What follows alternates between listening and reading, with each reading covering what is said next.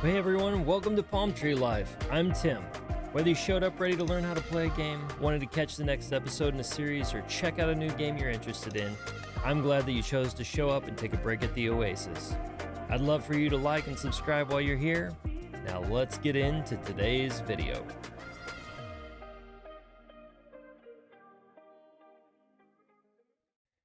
Hey everybody, welcome back for episode 2. So let's go over some of this. I know the font is a little bit small, so you may be trying to read this on your phone, maybe your computer screen, maybe like an iPad or something. I cannot figure out how to make the font and things bigger for you. So if you know how to do it, tell me, and I'll make it bigger because I do realize it's got to be a little bit difficult to read this right now. But I'm going to do my best to explain it. So I'm going to walk through kind of each tab. I didn't really do that in the first episode. But first, let's give a quick overview. I'm 1-7.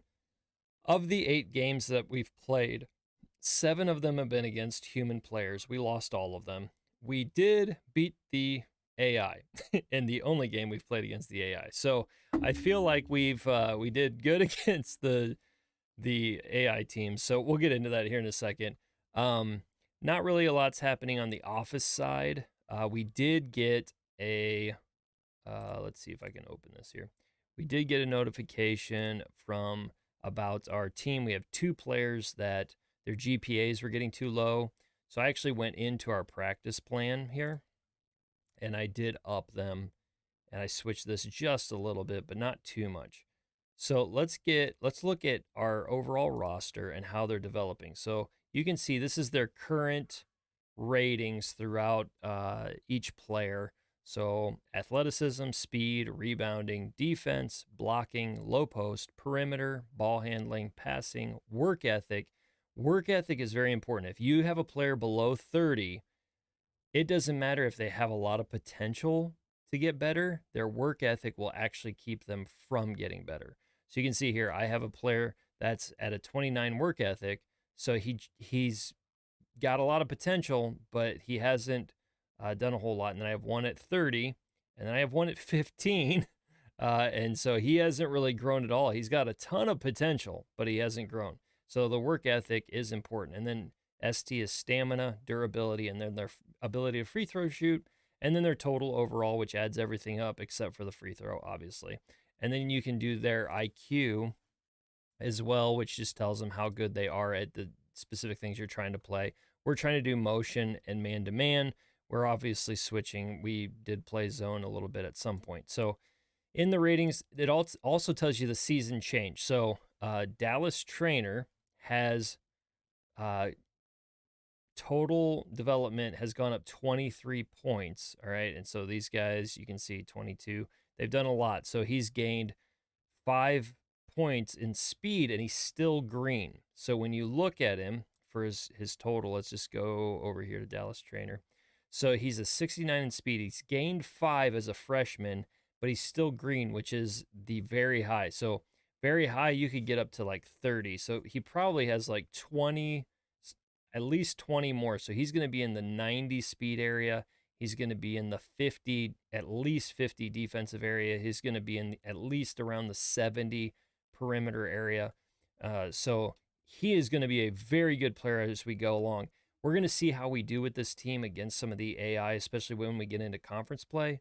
If it's not going well, I'm just going to put all the young guys in, get them as developed as we can, and move forward. So that's how that is looking there. Let's come back here. I never showed you our conference, and I should have showed you our conference. We are the North Atlantic Conference in Division III, and you can see here, no conference games have been played. You play 10 non-conference, and then you go into your season. We're 1-7. Let me show you our schedule here. So we lost to all human coaches, and they were very good. But if you can see this here on the spread, I actually covered the spread all but one game. So right here, I actually had a low spread. They were giving me +9. I got beat by almost like 35 points. So I didn't cover the spread there. And in my first game, I admittedly, I was a little bit rusty. I needed to learn how to I was refreshing my memory on how to play this game. I did have one like exhibition game in the preseason, and I beat a D2 team. So, um, they're Division Two. We got to play a Division Two team. We beat them. So we have some ability.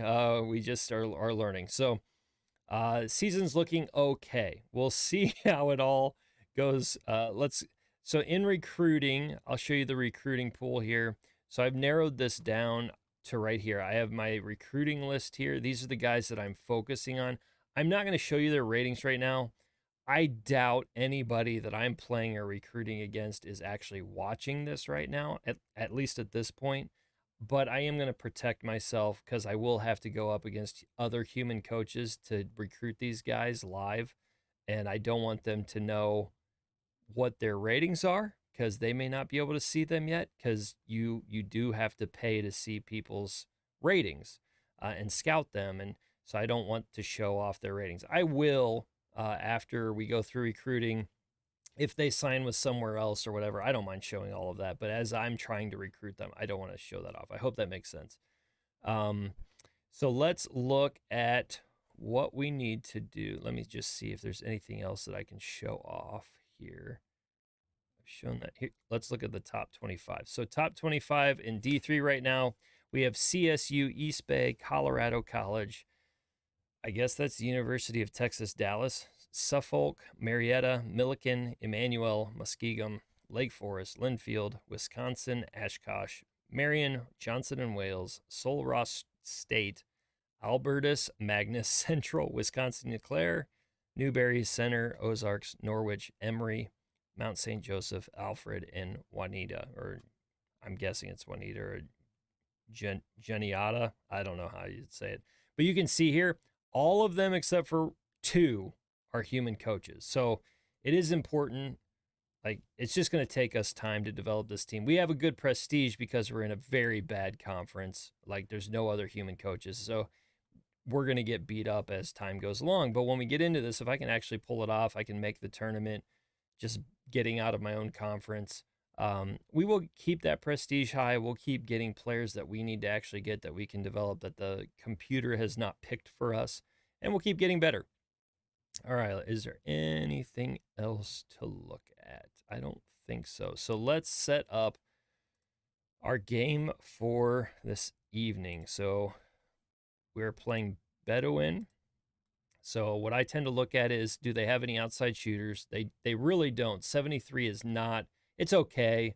That would be like it would be a version of a decent off guard, small forward, maybe a stretch four that can hit an outside shot, but it's not going to be, you're not counting on them to hit a lot of threes. You're definitely not Steph Curry. You got to get to like the 90s to be in Steph Curry land. We're not in that right now with any of these guys. And then they're low post. Like, can they help in the low post? And actually, they do have some low post. And then another thing I look at is their IQ. What do they play, and are they good at it? They're very good at knowing their offense and defense, their A's and B's. And then I will look at their stats.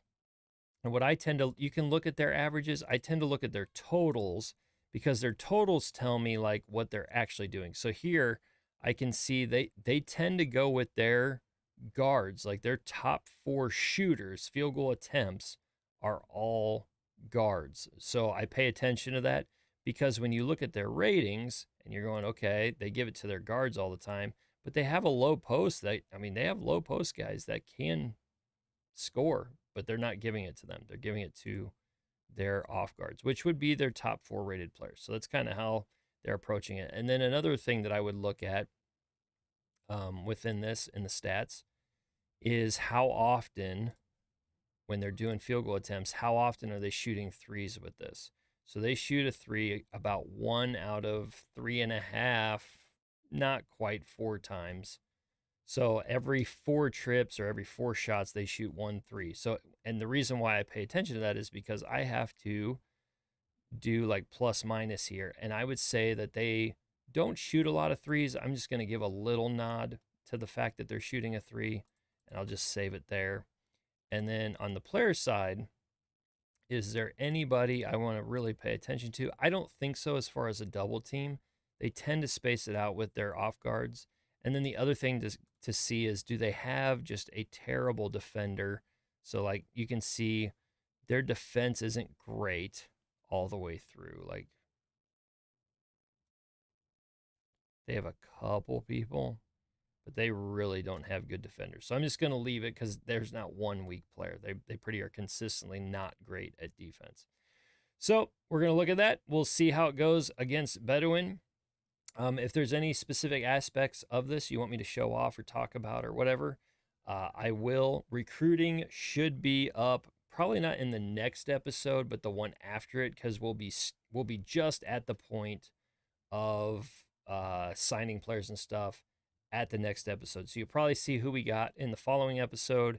But at that point as well, we're going to be on the verge of the tournament. We should have a good idea if we're actually going somewhere within our team or if it's just throw in the freshmen because it's a throwaway year and we're going to just get our young guys as good as we can get them this season.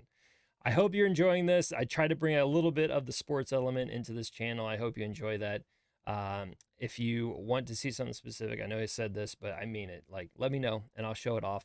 And thank you for being here. Glad to have you, and I'll see you next time.